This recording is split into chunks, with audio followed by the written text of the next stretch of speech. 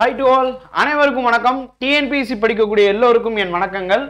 Operation Sindoor, அது என்ன operation Sindoor? இன்னைக்கு நியூஸ் பேப்பரா இருக்கட்டும் இல்ல டிவி சேனல் இருக்கட்டும் ஓபன் பண்ணாலே இதுதான் இருக்கு. ஸோ இந்த பெயர் காரணம் என்னன்னு சொல்லி பார்த்துடலாம்.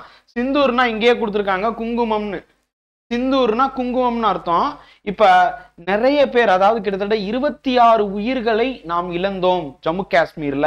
ஸோ அந்த உயிர்கள் அவங்களுடைய மனைவிமார்களுக்கு வந்து பாத்தீங்கன்னா குங்குமம் இல்ல, ஓகேங்களா? சோ அதை வந்து பாத்தீங்கன்னா மெயினா வச்சுதான் இந்த ஆபரேஷனே, அவர்களுக்கு ஒரு சமர்ப்பணம் செய்ய வேண்டும் என்பதற்காகத்தான். சரி, இப்ப இன்னைக்கு கிளாஸ்ல இதுதான் போக போதா சார், இந்த ஆபரேஷன் சிந்தூர் பத்தி தான் நம்ம பார்க்க போறோமா அப்படின்னு கேட்டா அதான் இல்ல. ஏன்னா நியூஸ் சேனல்ல நிறைய சார்ஸ்ல ரஃபேல் போச்சு, சுக்காய் வந்துச்சு, இதெல்லாம் நீங்க பார்த்திருப்பீங்க. ஓகேயா? எல்லோருக்கும் என்னுடைய அவ்வளவு மரியாதை. ஏன்னா என்னோட ஆர்மி வந்து பாத்தீங்கன்னா அங்க நிக்கிறாங்க நம்மளை பாதுகாக்கிறதுக்காக. எவ்வளவு பனி எவ்வளவு குளிர் இருக்குன்னு நினைச்சு கூட பார்க்க முடியாது. என்னுடைய மாணவரே சரி, என்னுடைய ஃப்ரெண்டோடைய அப்பா ஒரு காலை இழந்தார். ஏன் அப்படின்னு கேட்டா எந்த ரீசனும் கிடையாது, பனிக்கட்டியில காலை வச்சே இருந்ததுனால ஒரு கால் இழந்துட்டாரு. ஸோ அதெல்லாம் கண்ணு முன்னாடி பார்த்ததுனால எனக்கு தெரியும் அந்த ராணுவ வீரர்கள் எவ்வளவு தியாகம் செஞ்சுக்கிட்டு இருக்காங்கன்னு சொல்லிட்டு. ஸோ நம்ம இப்ப பார்க்க போறது இந்த ஆபரேஷன் சிந்தூர் பத்தி நம்ம அடுத்து பார்ப்போம். இப்ப பார்க்க போறது இந்தியாவுக்கும் பாகிஸ்தானுக்கும் எப்ப போர் நடந்துச்சு. ஸோ இதை பேஸ் பண்ணி ஒரு கொஸ்டின் கேட்பாங்க. சரியா? நம்ம எப்பயுமே வந்து காரியத்துல கண்ணா இருக்கணும். டிஎன்பிஎஸ்சி தான் நம்மளோட இலக்குன்னு மாறி போச்சு. ஸோ அப்ப டிஎன்பிஎஸ்சில இந்த கொஸ்டின்ஸ் எல்லாம் எப்படி கேட்பாங்க, முதல் போர், இது சம்பந்தமான டீட்டெயில்ஸ் தான் நம்ம இன்னைக்கு நம்ம பார்க்க போறோம். ஸோ ஃபர்ஸ்ட் வந்து பாத்தீங்கன்னா முதல் போர் என்ன அப்படின்னு சொல்லிட்டு நான் சொல்லிடுறேன். பாருங்க, ஃபர்ஸ்ட் வார் எப்ப நடந்துச்சு அப்படின்னு கேட்டா, முதல் போர் எப்போது நடைபெற்றது? 1947 இருந்து 48 சுதந்திரம் வாங்கிய உடனே நமக்கும் பாகிஸ்தானுக்கும் போர் நடந்துச்சு. ஏன்னு கேட்டா ஜம்மு காஷ்மீர் தான். மன்னர் ஹரி சிங் வந்தாரு, அவர் தனி நாடா இருக்கும்னு நினைச்சாரு. இன்ஸ்ட்ருமெண்ட் ஆஃப் அக்சஷன், இதெல்லாம் நான் உங்களுக்கு பாலிட்டி கிளாஸ்ல தெளிவா நான் சொல்லியிருப்பேன். ஒரு தனி வீடியோவே இருக்கு. ஐ திங்க் 4 வீடியோ இருக்கு. இது வரைக்கும் டிஎன்பிஎஸ்சில யாருமே, ஏன் டிஎன்பிஎஸ்சி கூட கிடையாது, ஒரு காமன் சேனல் சொல்லாத பல தகவல்களை ஜம்மு காஷ்மீர் பத்தின விஷயங்களை நான் சொல்லியிருக்கேன். முடிஞ்சா அந்த வீடியோவும் போய் பாருங்க. சரி, பாகிஸ்தான் அண்ட் ஜம்மு காஷ்மீர் அந்த இஷ்யூனால நமக்கு போர் நடந்துச்சு. ஐநாவே தலையிட்டு இந்த போரை நிறுத்துங்கன்னு சொன்னாங்க. ஸோ இந்த போர் நிறுத்தினதை பேஸ் பண்ணி எல்ஓசி, லைன் ஆஃப் கண்ட்ரோல் அப்படின்னு சொல்லி வந்தாங்க. ஸோ இந்தியாவுக்கும் பாகிஸ்தானுக்கு இருக்கிறதுக்கு எல்ஓசி, இந்தியாவுக்கும் சைனாவுக்கும் இருக்கிறது LAC, line of actual control அப்படின்னு சொல்லிட்டு வரும். சரி, இது தெரிஞ்சுக்கிட்டீங்களா? முதல் போர் 1947-48 பாகிஸ்தான் காஷ்மீரை ஆக்குபை பண்ண வந்தாங்க, நம்ம ஹெல்ப் பண்ணோம். ஸோ மன்னர் ஹரி சிங் பத்தின விஷயங்கள் எல்லாம் 12th ஸ்டாண்டர்ட் பாலிட்டி புக்ல ஒரு பாக்ஸ்ல கொடுத்துருப்பாங்க, ரைட்? ஸோ இதுதான் நடந்துச்சு. ரெண்டாவது போர் வந்து 1965 நடந்தது. இது என்ன அப்படின்னு கேட்டா, பாகிஸ்தான் வந்து ஒரு ஆபரேஷன் கண்டக்ட் பண்ணாங்க. நம்ம எப்படி இப்ப வந்து பாத்தீங்கன்னா சிந்தூர் அப்படின்னு சொல்லிட்டு ஒரு ஆபரேஷன் கண்டக்ட் பண்ணியிருக்கோம், அந்த மாதிரி பாகிஸ்தான் வந்து பாத்தீங்கன்னா ஆபரேஷன் ஜிப்ரால்டர், காஷ்மீரில் பாகிஸ்தான் வந்து பாத்தீங்கன்னா ஜிப்ரால்டர் அப்படின்னு ஒரு ஆபரேஷன் கொண்டு வந்தாங்க.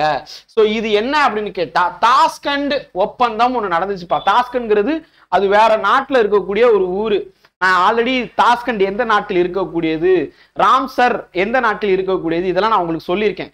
தாஸ்கண்ட் எந்த நாடுன்னு தெரியும்னா கமெண்ட் பண்ணுங்க. அந்த தாஸ்கண்ட் ஒப்பந்தத்துல நம்மளுடைய பிரதமர், அப்ப இருந்த பிரதமர், நம்ம அவரை வந்து பாத்தீங்கன்னா நம்ம கிட்ட இருந்தே பிரிந்து விட்டார். அந்த அளவுக்கு நிகழ்வுலாம் நடந்துச்சு. அந்த ஒப்பந்தத்துக்காக அங்க போய் அவர் இறந்துட்டாரு, ரைட்டா? சோ இது எந்த விஷயம்னா தெரியல, அது வேற கான்ட்ரோவர்சி, அதுக்குள்ள நம்ம போக விரும்பல.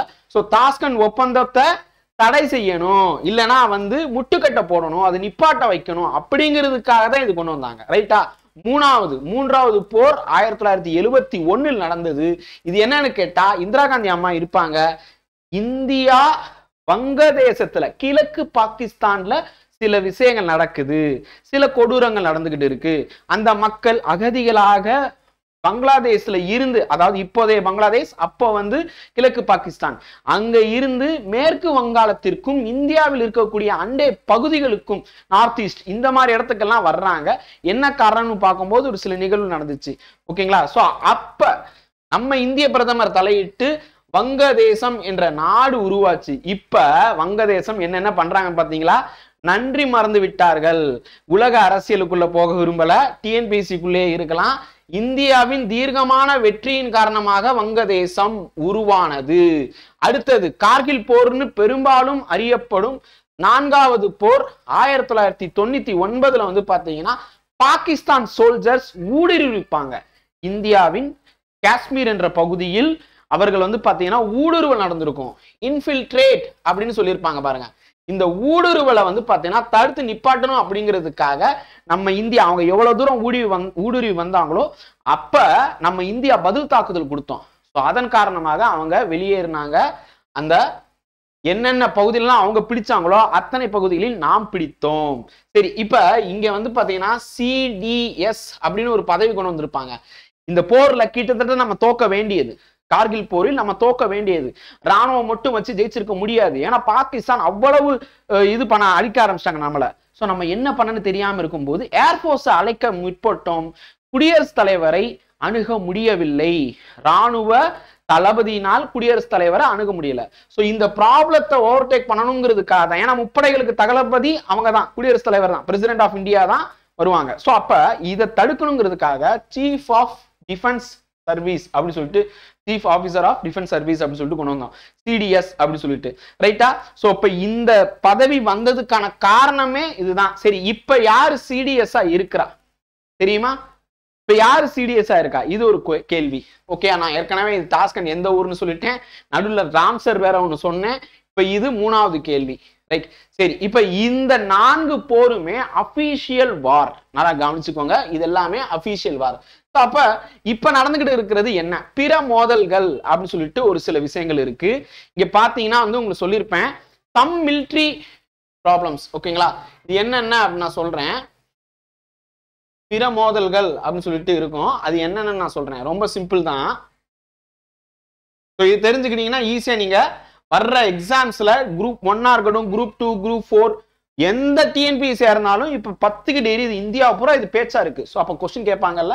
ஸோ நான் ஃபர்ஸ்ட் முழு அளவிலான போர் கிடையாது. இது வந்து சும்மா, அதாவது ஒரு சின்ன நிகழ்வுக்காக வந்தது. ஓகேங்களா? ஆபரேஷன் பிராஸ்டாக் அப்படின்னு ஒரு ஆபரேஷன். ஓகேங்களா?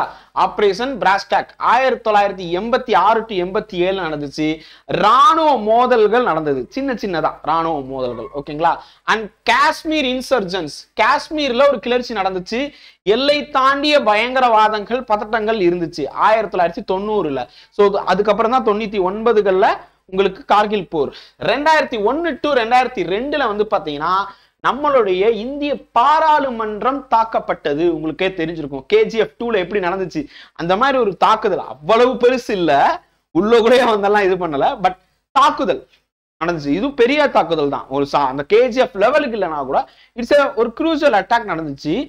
அந்த அட்டாக் அப்புறம் வந்து இங்க பார்டர்ல வந்து பாத்தீங்கன்னா ஒரு ப்ராப்ளம் இருந்துச்சு. மிலிட்டரி ஸ்டாண்ட் ஆஃப், அதாவது ராணுவ இதெல்லாம் வந்து பாத்தீங்கன்னா நிப்பாட்டி வச்சாங்க. ராணுவ மோதல்கள் நடந்தது. ரைட்? அடுத்தது வந்து பாத்தீங்கன்னா ரொம்ப முக்கியமாக சர்ஜிக்கல் ஸ்ட்ரைக். இது எல்லாருக்குமே தெரியும். சர்ஜிக்கல் ஸ்ட்ரைக் 1, யூரி அட்டாக், இதெல்லாம் தெரியும். ஓகேங்களா? 2016 ரொம்ப முக்கியமான ஒரு வருடங்க. சர்ஜிக்கல் ஸ்ட்ரைக் அப்படிங்கிறது வந்து பார்த்தீங்கன்னா யூரி தாக்குதலுக்கு பதில் தாக்குதல். ஓகேங்களா? ஸோ யூரி தாக்குதலுக்கு இந்தியாவுடைய பதில் தாக்குதல் தான் இது நடந்துச்சு. இது ரொம்ப முக்கியமானது.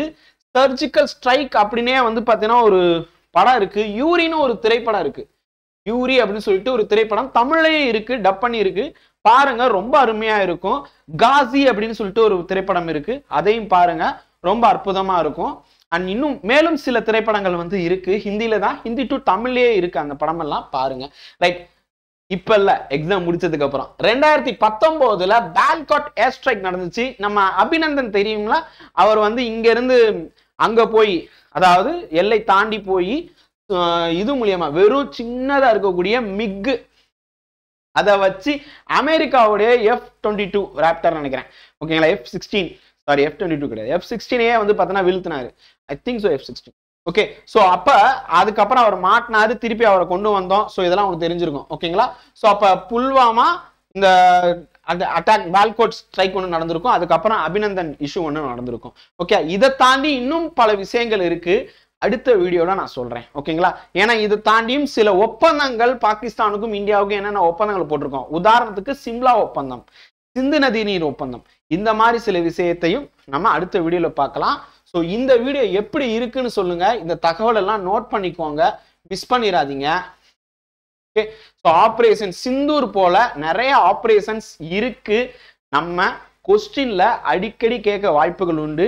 குரூப் 1லயும் சரி, குரூப் 2லயும் சரி, குரூப் 4லயும் சரி கேட்பாங்க. ஏன்னா ஹாட் டாபிக்கா போயிட்டு இருக்கு. ஸோ கட்டாயம் வரும், மிஸ் பண்ணிடாதீங்க. இந்த வீடியோ உங்களுக்கு பிடிச்சிருந்துச்சுன்னா ஒரு லைக் பண்ணுங்க, உங்க நண்பர்களுக்கு ஃபார்வர்ட் பண்ணி ஷேர் பண்ணுங்க. தேங்க்யூ. ஜெய் ஹிந்த்.